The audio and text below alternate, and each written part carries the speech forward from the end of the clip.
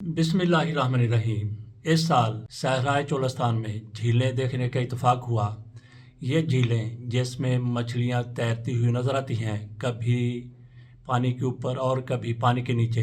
सहराए चोलस्तान में दो तरह के पानी के ज़खायर हैं। ज़खायर से मतलब यह है कि जहाँ पे पानी मौजूद है, एक तो बड़ी बड़ी झीलें हैं जिनका पानी अमूमन खारा है, लेकिन इसके साथ साथ टोबे भी हैं। टोबे वो हैं जहाँ पे बारिश का पानी होता है। और झीलों का पानी कहाँ से आता है? झीलों में पानी वो ज़मीन से सिमट कर ऊपर आ जाता है और वसी व अरीज़ रकबे पर फैल जाता है। ये बड़ी बड़ी झीलें हैं, छोटी छोटी झीलें भी हैं। जैसा कि बताया कि इसमें मछलियाँ तैरती हुई नज़र आती हैं। इंतहाई खूबसूरत मंजर है। कहाँ पे? सहरा में, चोलस्तान में। चोलस्तान एक तरफ पाकिस्तान में चोलस्तान है, भारत की बात कर ली जाए तो राजस्थान दूसरी तरफ राजस्थान है। भारत की तरफ से बाड़ लगाई गई है, इंसान यहाँ से क्रॉस नहीं कर सकते, जानवर भी क्रॉस नहीं कर सकते, लेकिन परिंदे उड़ते रहते हैं, आते हैं, जाते हैं।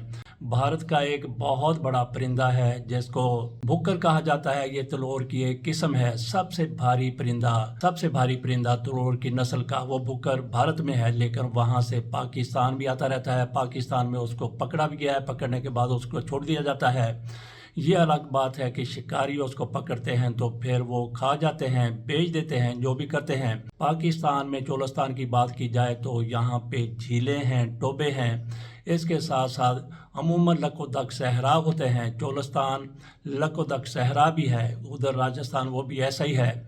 लेकिन इसमें एक फ़र्क ज़रूर है, दुनिया में जितने सहरा हैं सब रेतले हैं। वहाँ पे धूल उड़ती है, रेत उड़ती है। ये सहरा चोलस्तान ये भी ऐसा ही है, लेकिन सारे का सारा ऐसा नहीं है, बल्कि हमा वक्त ये ऐसा नहीं है, पूरा साल ऐसा नहीं रहता, बल्कि बारिशें होती हैं तो यही सहरा सरसब्ज़ व शादाब भी हो जाता है।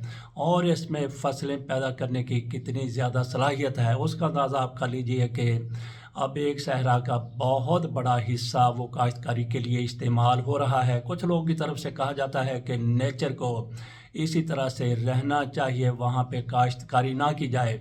लेकिन जिन लोगों को वहाँ पे ज़मीनें अलाट की गई हैं वो वहाँ पे ट्यूबवेल लगा चुके हैं, वहाँ नीचे से पानी निकाला जा रहा है और नीचे से पानी ख़त्म हो रहा है। बैनुल अक़वामी कानून ये है कि वहाँ से आप पानी नहीं निकाल सकते, यहाँ पे रिचार्जिंग नहीं होती।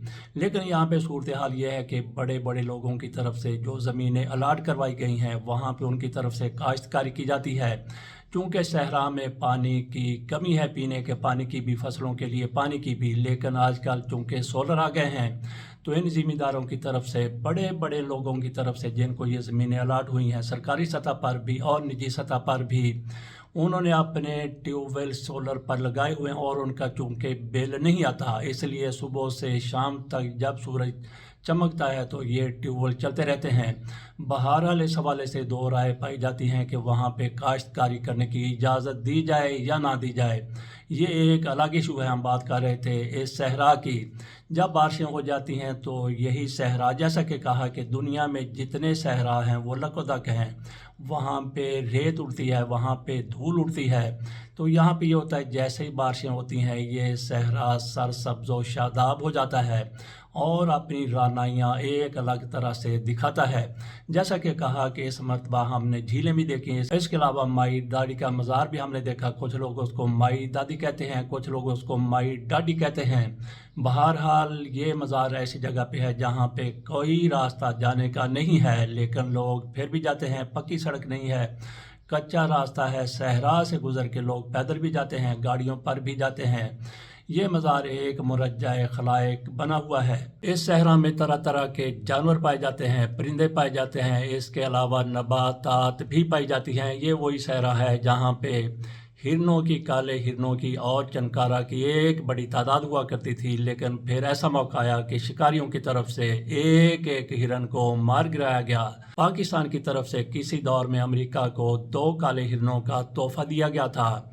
वो वहाँ पे पले बड़े कितने ज़्यादा हो गए और जब ये देखा गया पाकिस्तान में शिकारियों ने हिरनों को ख़त्म कर दिए चोलस्तान से, तो वहीं से अमेरिका से चंद जोड़े मंगवाए गए। अब सूरत हाल ये है कि उनका तहफ़्फ़ुज़ किया जाता है, हिरनों का भी, तलोर का भी, दीगर जानवरों का भी। तो आज सूरत हाल ये है कि वहाँ के सहराओं में, चोलस्तान में एक बड़ी तादाद کالے ہرن کی اور چنکارا کی موجود ہے، صرف اور صرف اس وجہ سے کہ حکومت کی طرف سے، محکمہ جنگلات کی طرف سے توجہ دی گئی ہے۔ یہ صحرا جس کی ہم نے ایک مرتبہ پھر وزٹ کی ہے، یہ رعنائیوں سے بھرا ہوا صحرا ہے۔ یہاں پہ آپ کو صحرا کے رنگ بھی نظر آئیں گے، جہاں پہ آپ کو جنگل کے رنگ بھی نظر آئیں گے، یہاں پہ آپ کو پرندے اڑتے ہوئے نظر آئیں گے، یہاں پہ آپ کو کلانچے بھرتے ہوئے ہرن بھی نظر آئیں گے، یہاں پہ آپ کو گائیاں بھی نظر آئیں گی، یہاں پہ آپ کو اونٹ بھی نظر آئیں گے۔ ایک زبردست قسم کا کلچر ہے، کچھ لوگوں کی طرف سے کہا جاتا ہے کہ اس کو اسی طرح سے رہنے دیا جائے، جبکہ دوسری رائے یہ ہے کہ چولستان صحرا اس کو اگر آباد کر لیا جائے تو انسانوں کی بھلائی کے لیے بہت ہی بہتر ہوگا۔ لیکن ہماری یہاں پہ تجویز یہ ہے کہ وہاں پہ جتنے لوگ رہنے والے ہیں ان تک پانی کم از کم پینے کا پانی پہنچایا جانا چاہیے، کیونکہ کئی مرتبہ دیکھا گیا ہے کہ پیاس کی وجہ سے، راستہ بھولنے کی وجہ سے کئی لوگ اوپر چلے گئے۔ اس کے ساتھ اجازت دیجیے اور آپ بھی کوشش کیجیے کہ ایک مرتبہ ضرور وزٹ کر لیجیے اس صحرا کا، صحرائے چولستان کا، جو پاکستان کے ماتھے کا خوبصورتی میں ایک جھومر ہے۔ اللہ حافظ۔